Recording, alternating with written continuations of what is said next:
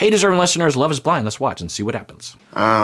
These are for you, and I'm not speaking from the heart right now. Like, but I'm sorry for ignoring you, and like yesterday in the car and stuff. Like when you're talking to me, and I was just like telling the person driving like to talk to me instead, and not listening to you, like straight up ignoring you.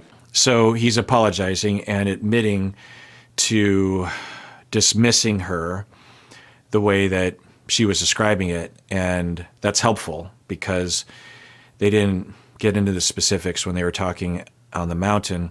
And he is now admitting, and maybe this will really help.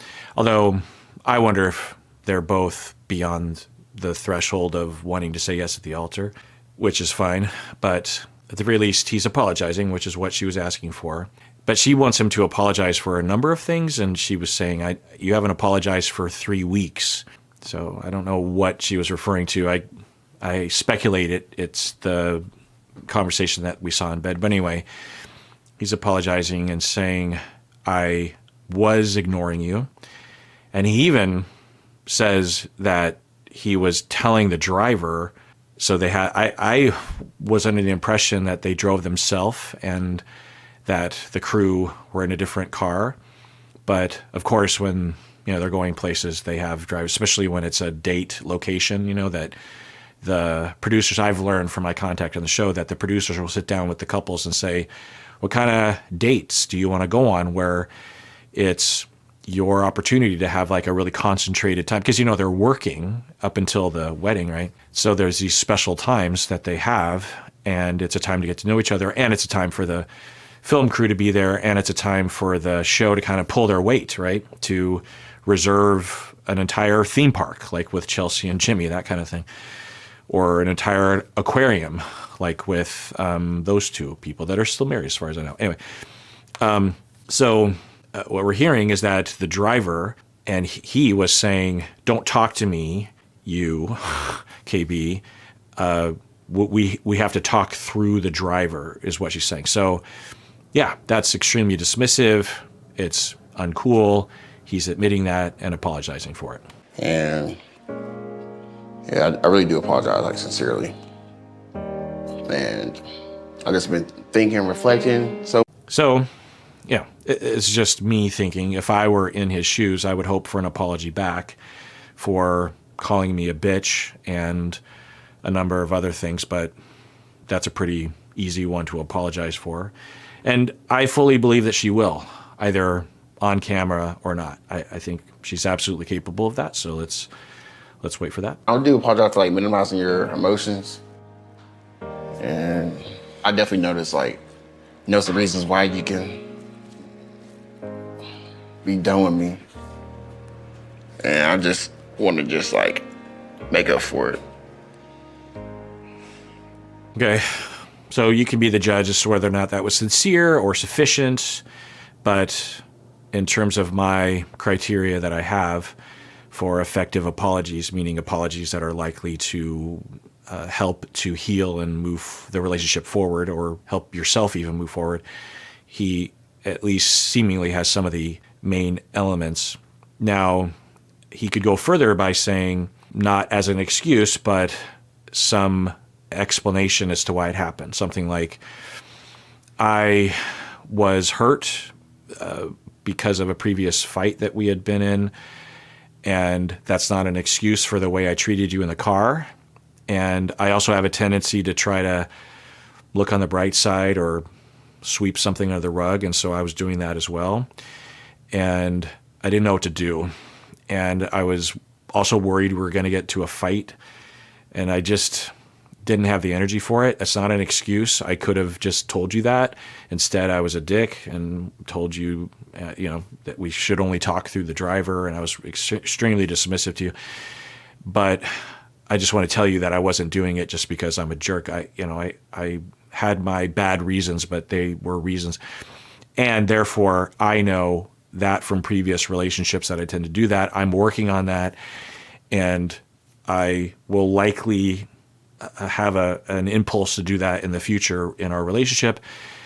But I have a system that I'm trying to develop so that I can remind myself in the moment to do X, Y, and Z, and instead, like telling you I just need a break, or opening up with vulnerability to you, saying, I'm worried about us, or something other than just being dismissive, something like that.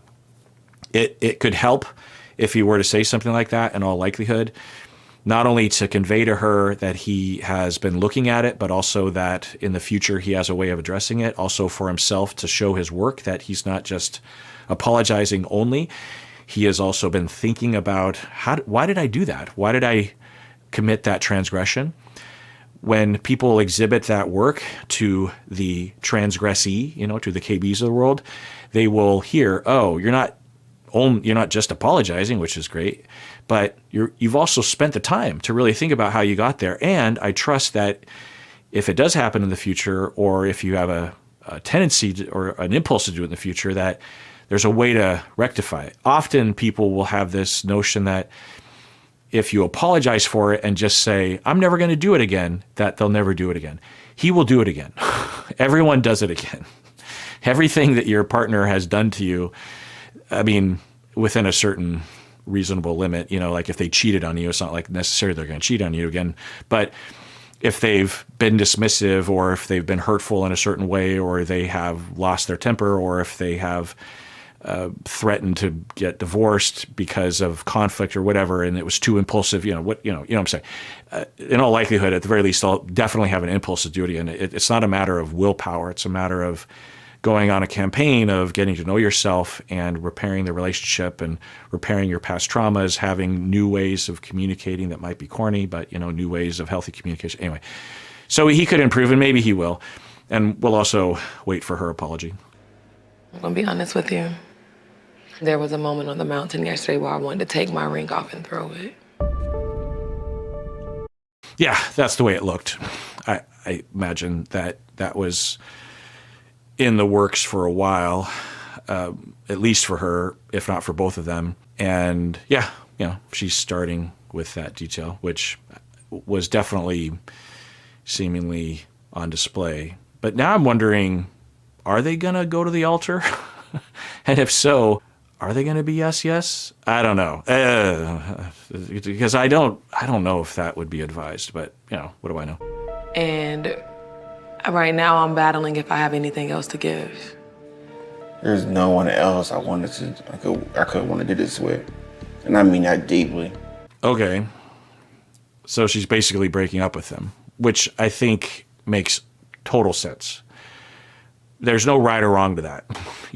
If you're not into someone, even if you were the one that basically created it, which I'm not saying is what happened, if you're not into it, you're not into it. And I think she's saying she's not into it. And we still here. You changed me to the best man I could ever be. I mean it. Like, I'm seeing it in myself. I feel it. And like, you're doing everything so right, like just for me. All right, at least we're hearing that he is, I think, saying that he does not want to break up. But I could also imagine him thinking, well, maybe it's for the best, and I would just like to say nice things, or maybe give it one last chance. I don't know. I say this because I would have a hard time believing that in his heart he's like, yeah, this is great. Everything is looking hunky-dory, because the fights that they've had have been, at least for this show anyway, on the severe end of the spectrum. But love is love. So I appreciate you so much for like the ways you helped me. And I swear, KB, if it was not for you, and it's really only because of you. I'm dead serious. And it should be noted that the language he's using, at least in part, there's a theme, a mini theme, I think, of him saying to her, you help me. You are my social worker. He's not saying that, or you're my mother, or something like that. Now, a lot of people will say the words that he's saying and mean the things that he, I think, means when you're in an equal peer-to-peer relationship. But I imagine that some people will hear that theme. And there is that theme, of him saying, you help me, you make me a better person, you are someone I look up to, or someone that can help make me into a better person, or something like that, Again, people will say that from peer to peer. I will say for myself, I don't use that language. I don't think along those lines with my wife. Like, I don't think I'm very much in love with my wife, but at no point have I ever thought that she makes me a better man.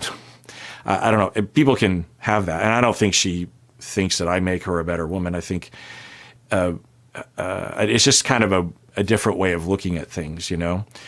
I think we both came to the relationship with, well, it's kind of funny. I don't know. I guess if we look at it a certain way, it certainly is true.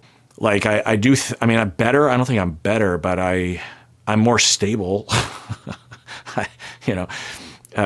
because I think for a lot of us, we are designed evolutionary wise, or at least developed into through culture and also genetics or something, that we tend to thrive. We tend to get the most optimal needs met situation when we have a secure relationship that we have all the time, that we live with, you know.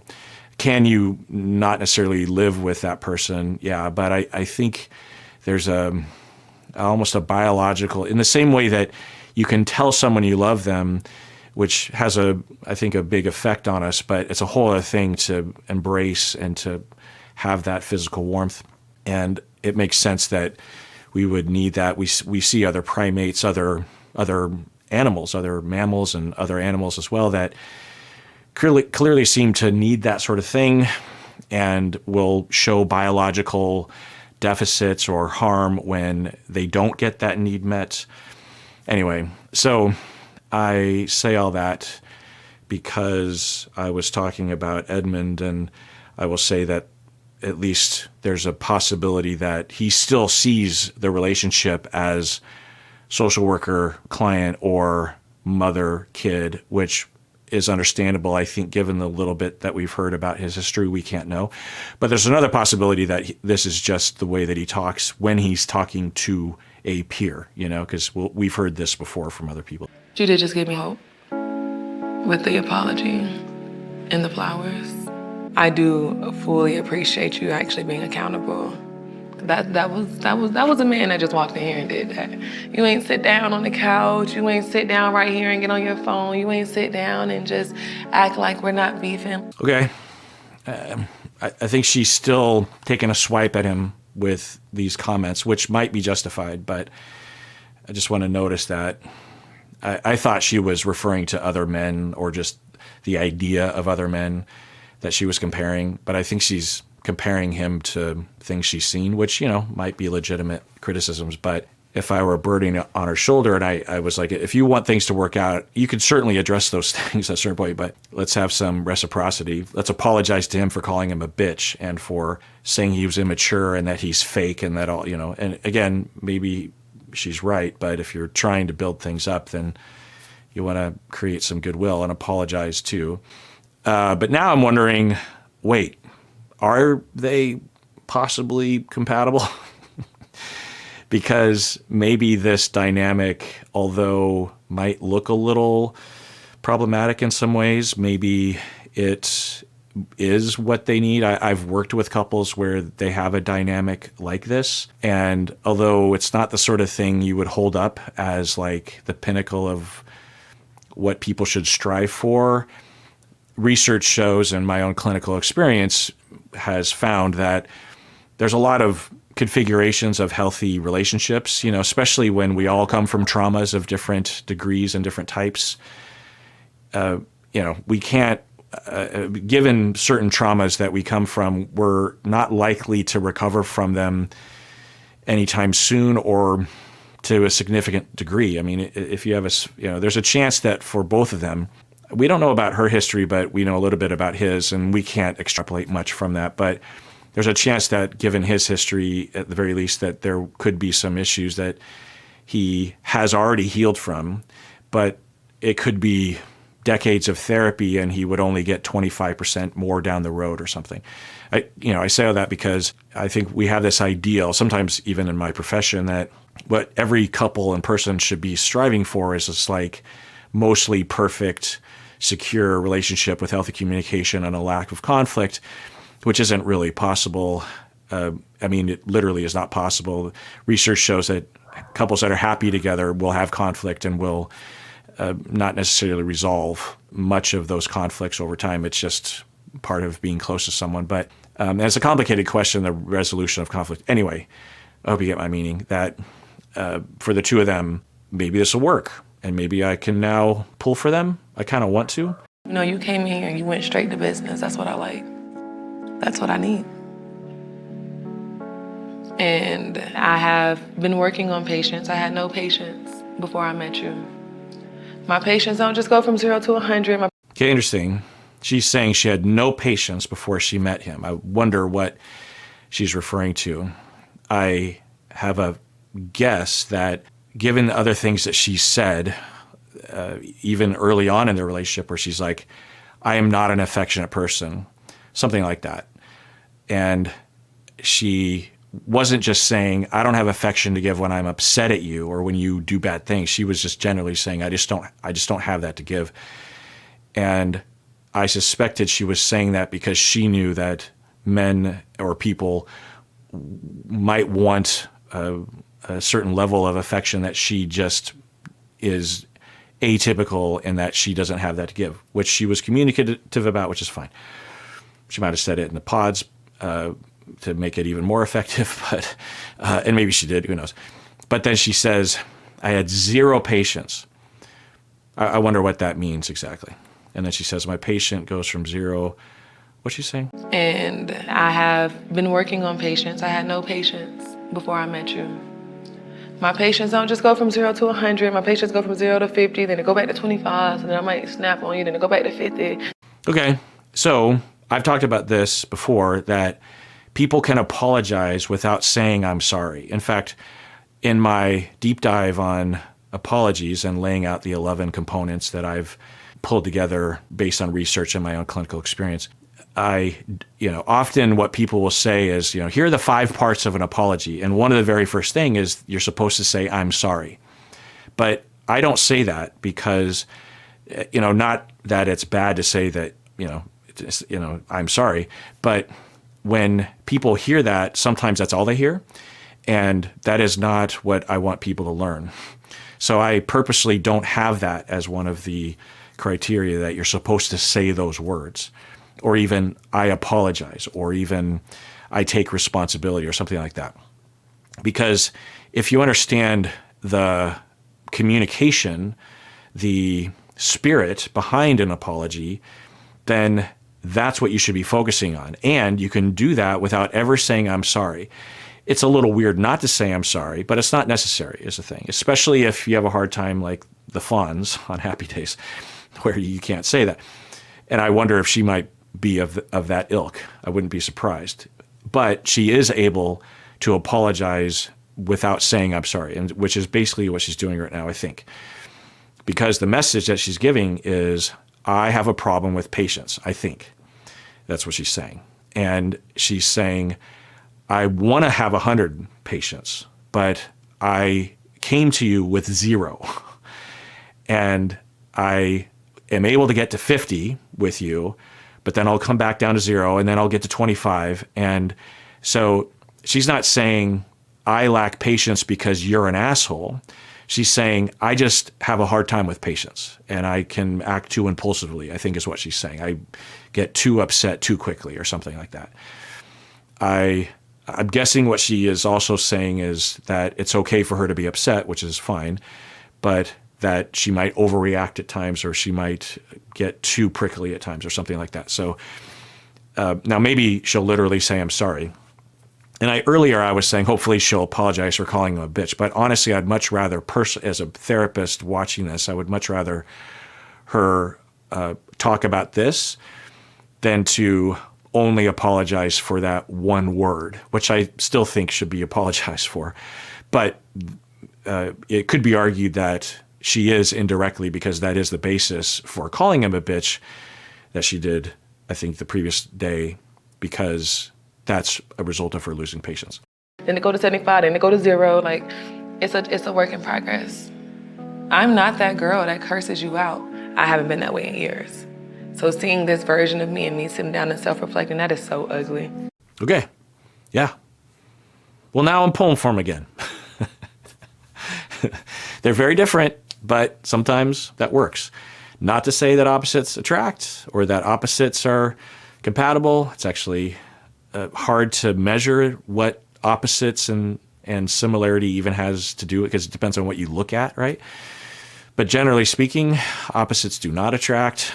We just focus on differences because that's what becomes so obvious, Like, oh my God, you like this and I hate that, But if you just went down a list of everything that is about you, in all likelihood, 99% of those things your partner shares.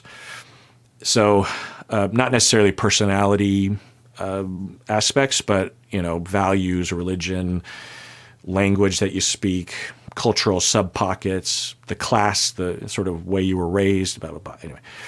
So, but complementarity in relationships can go a lot of different ways. It can be a strength, and it can be a weakness. It can be a rub, like you don't ever process your feelings outside of your own head, and I'm always doing that. And why don't you share with me? And why are you invading me? That kind of stuff. Or with them, it's he is able to apologize pretty easily and doesn't get comes to her with he's done this twice now, and she's kind of at a Y in the road. When he walks in, if he comes in with defensiveness or on his phone, then she'll continue to go down that road of negativity.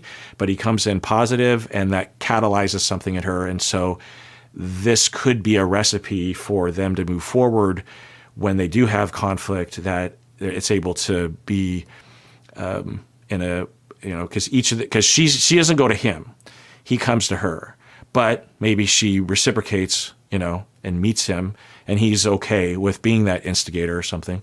Sometimes that can be a little wearisome to have to, is that a word? Where to, people can become weary, not wary of, what I'm saying. Anyway, I say all this because I want to pull for them, and that's my thing I can hold on to as the North Star for this relationship, is like, maybe if they keep doing. And what can happen is that with enough goodwill and love and affection, then the next time there's the risk of a conflict, there's less likelihood of it going down that road, because like with KB, if she feels like trust in his love and in his authenticity or his stability, or, him with her, that she comes to that Y in the road, she's just like, oh, he's being dismissive, or he's not da-da-da.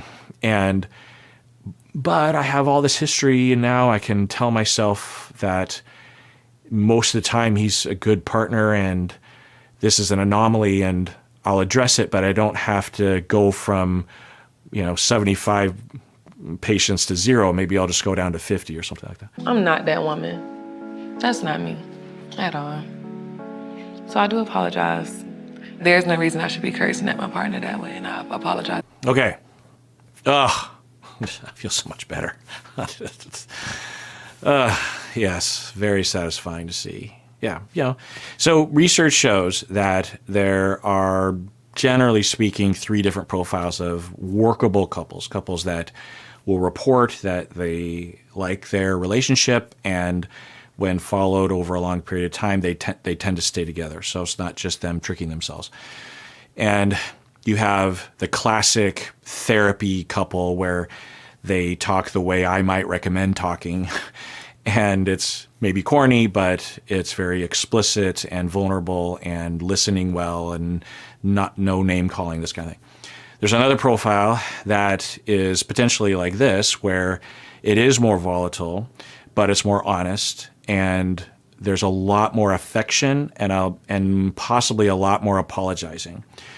So for these couples from the outside, especially as a therapist, it can look toxic, and it can look like a problem, and it can look doomed. But if that's what they're used to, given how they were growing up, or it's an overcompensation, maybe their family growing up was too quiet and too sweep it under the rug, and so they want to overcompensate by being very spontaneous and now and like reactive and emotional, but with goodwill and with listening and with love, that can absolutely work. There's a pro to that, right? Which is what you see is what you get. Your partner is always honest with you. There's no guesswork. And it can have a lot of love. And then there's a third profile where also therapists would say is not ideal, in that the couple doesn't communicate very much. They sort of agree to disagree. There is not much fighting, if at all. They might not ever openly fight at all. They might avoid that kind of thing, but they do have affection and they don't hold resentment. So the fights they're not recalled. There's no grudges. But there's not a lot of warmth. The key is that they found when they observe couples in the lab, John Gottman here in Seattle, he and his colleagues at University of Washington, they observed couples in the lab. They would even have these little cottages with all these cameras, and they would code all these behaviors, and then they would track these couples over many years and see who stayed together and who didn't. And then they backtracked and saw the differences between those couples that were together versus the couples that were not. And one of the things that they found was that there's this general ratio of 5-to-1, of 5 positive versus 1 negative interaction. And it gets kind of weird, because when we think about positive and negative interactions, we can immediately think of things that are like that, right? Like a positive interaction is kissing or saying I love you, or giving a gift, or having sex, or compliment, or that kind of stuff, back rubs, feet rubs, that kind of stuff. Negative would be calling someone a bitch or dismissing them in the car, that kind of thing. But when it comes to long-term relationships, things tend to cool down a little bit. So the positive things, and even in the beginning of a relationship, the things that they're referring to, John Gottman and colleagues, is really small things. And there's this example that I give when I teach this, is that they have this video of this couple that is in one of these cottages that they're being observed, and it's used as an example of, like, this is what we mean by this is what we coded as that was a positive, right? Versus that's a negative, or that's a neutral. And what happened, if I can't remember exactly what it was, but the husband is reading the paper or a book or something, and the wife is looking out of the window, and she says, "Oh, a bird," something like that. Like, she's drinking coffee or something. She's like, it's in the morning. She's like, "Oh, a bird," or "Look at that bird," or something like that. And the husband looks up from his newspaper and is like, "Oh yeah," and then he goes back to his newspaper. But he meant it. But that's a positive interaction. It's a little moment, It's not like kissing or "you're the best" or dedicating or a Hallmark card or it's just a bird. She could have just noticed the bird and not said anything. But she vulnerably, which sounds kind of funny, but it is, And if you've ever been in conflict with your partner, which I'm guessing you have, there are moments where you see a bird and you think about saying something. You're like, "Oh, but I don't want to be," and then you don't really think much more beyond that. But it's because we don't want to be vulnerable. We don't want to, we don't want to show a bid for contact and have that person ignore us or attack us. Like, "Oh, big deal, it's a bird," or just not even acknowledging it, right? So people do this naturally.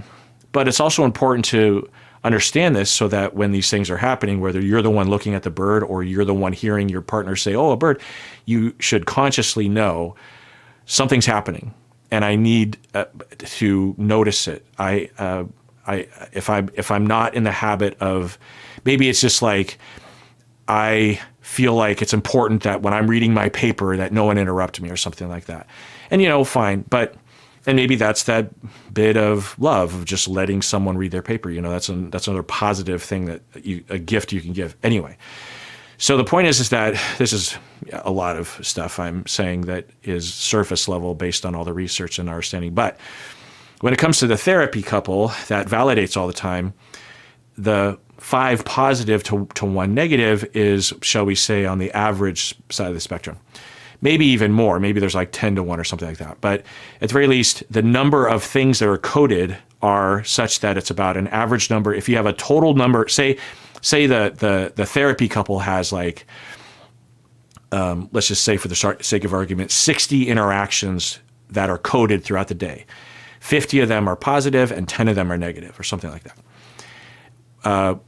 The volatile couple will have 120 interactions in a day.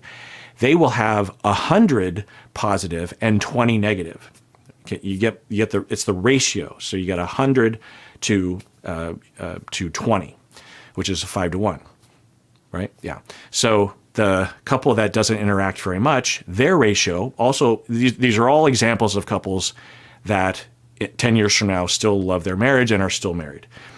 Any one of these configurations can fall apart if, generally speaking, the ratio is off. There's other reasons why people break up, but this, when that ratio is off, when it's below 5 to 1, when it's 3 to 1 or 1 to 1 or something, then you build resentment and defensiveness and all the things that we talk about with, defensiveness and stonewalling and contempt and all. Anyway, so the very non-interact or the lesser interacting couple, they have, say, 20 positive interactions in a day versus 4 negative or less, right? And still 5 to 1, right? Yeah.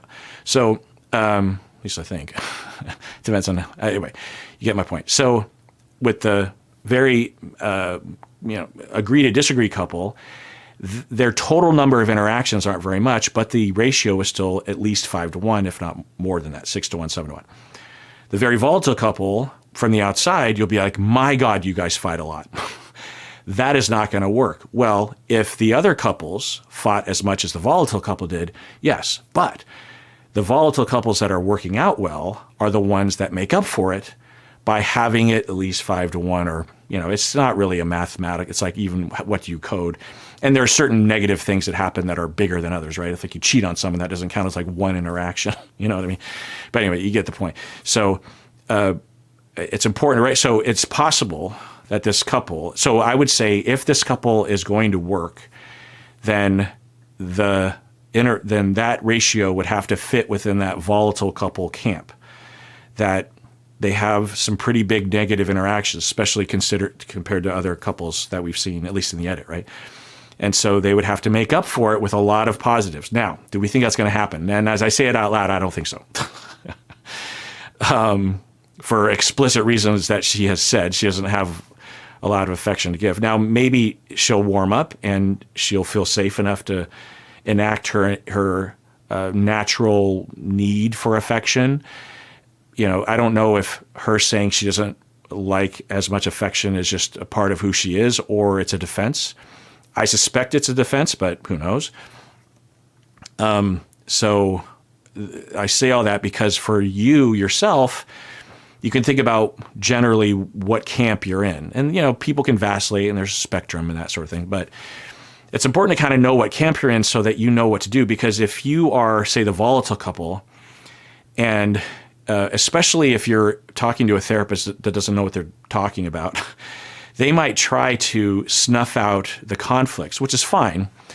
But what might be better is to amplify and increase the positive things, because the negative things that are happening maybe aren't as much of a concern as a lack of having a lot of positive, affection, bonding, love, noticing each other, time together kind of interactions, And another deception of the couple that doesn't have much interacting, the agree to disagree couple, they can often convince themselves that everything's fine because they're not fighting. But the problem is if they're not having enough positive interaction because they tend not to interact, those couples can still fall apart, even though from the outside and on the inside, they look better than every other couple. They might even look better than the therapy couple because there's so few interactions and therefore so few fights, maybe no fights. But you need a lot of, there's a certain number of positive, you need some interaction. You need some reason for the love and for the motivation to be together, that kind of thing. And it's important for therapists, and I learned this at the very beginning of my career, that just because a couple doesn't look like the classic therapy couple doesn't mean that they're wrong or doomed or whatever, that kind of thing. So, I'm making sure to remind myself of that as I watch this couple, because I really want love to happen in this world, and maybe it'll happen here. I get angry. That does not mean I should cuss at you like that. And I apologize for that because that's wrong. Yeah, so I'll stop yammering for the most part, but when apologizing for a transgression, this is all the words that I use in I was like, what do we call it? A transgression? I go into all the debate I had in my mind about how to word these things. But anyway, it's important to really drive home, and she has said it a number of times in a number of different ways, so it can't be or it's less likely to be misinterpreted. And she has definitively said in a number of different ways, it was wrong that I called you a name and that I got overly angry at you. She has said that from a number of different angles, so it's clear to him, and that she is indicating that's clear to her that it's wrong and there's no excuse. She's not saying, it's wrong for me to call you a name, but you shouldn't, there's no clarifier, there's no justification. She's just like, that was wrong. And he did too. So that's important when you're apologizing. You can certainly, after that is done, flesh it out a little bit and say like, okay, it was still wrong for me to call you a name. Let's put that behind us for now. I want to talk about the way you were talking to me in the car and afterwards, because I still don't want that to happen again. They're connected, but you're not saying, the only reason why I was wrong is because you were wrong, because a lot of people will do that. She's not doing that. It was great. You might not fully see it right now, but you've definitely changed me for the better as well. Whew. I never want you to feel like I gave up on you through the hard-ass times. I know you didn't give up on me. Huh. I don't know, though. Right? But maybe. Through the hard times and the good times. And when I'm saying me, I'm saying you. So that's what I try to do with you. I just continue to try to wake up, even when I don't want to look at your ass. I still just want to wake up and say, good morning, baby. Or, for me, good morning. Yeah, I think she's also kind of apologizing or indicating that she gets it, that or she might be telling him, or maybe just the two of them, I don't know. But I think what she's talking about now is, okay, when we're a little miffed at each other or just distracted, I want to make sure that we are also cordial and nice and lovey, at least to some extent, just good morning, that kind of thing. And I actually will talk with couples about this. Most couples have a way of working this out naturally, but some couples, it may be especially that third camp of couple that is tending to be less interaction overall, that especially years into a relationship, you wake up and, oh crap, the kids, you got to get them dressed. That if you don't, now not every couple needs this, but especially if the couple is struggling, and whether it's with lack of intimacy, lack of love, or of conflict, depending, that there's some conscious effort to always have a moment. And I will talk with all my couples about this, and they will always say, but I don't know, I'm just so busy, there's just no time. And what I'll say is that it literally could be half a second. Love and so much love can be communicated and can, transmit between two people in literally half of a second. It's a look. It's a hug. You can hug in half a second. You can kiss in half a second. You can wink in half a second. You can say, I love you in half a second. Literally, right? So it just depends on what you're feeling in your heart and how good you are at communicating it in a quick way, and how good the other person is at receiving it and reciprocating. It can happen at the same time, both I love you or kiss, or, that's all it takes. And sometimes, especially 5 years in, 10 years in, that's all you need to sustain you through the day of, I know my partner is with me. And even though it was a half second, I just know. Not because of that moment, but because of a lifetime of being together and the trust and love that you have. But those little moments show that you're still on their list. Your kiss is on my list. Okay. So I think she's, talking about that realm. because I'm asleep. But I know that you've helped me grow more than anybody I've probably ever dated. And I mean it. Huh. So a long time ago in my yammering, I was talking about how he was saying that, right? Like, you make me a better man. And that could, and I was saying it kind of just to make sure that people knew that I was thinking it, because I worry that sometimes people are just like, how come he's not saying that? There's a possibility of a theme of mother-son, right? But it also might not be that. It could just be the way that they both choose to talk to each other. And, it's just a way, there's lots of ways to talk about love, and it's hard to do, right? Because it's such an amorphous thing. But one of the ways is to say, you make me a better man, you make me a better person, you make me a better human, or whatever. And if it's mutual, then it's not top down, right? Both people are saying, you make me a better person. And then we're not worried about that, parent-child dynamic. So we're seeing that reciprocity, and she's meeting him. And I want to point out that he came to this with the notion that he was going to apologize. He had flowers. He was prepared. At least in the edit, she didn't know what he was going to come with. And she was responding to him. So there was a part of her that was holding out for the possibility that he was going to come in and be on his phone, as she was saying, or to be dismissive or not apologize, especially as well as he did. So for her to, on a dime, come to this place means a lot, I think, in terms of her flexibility and her affection for him. I do love you, and it's worth it.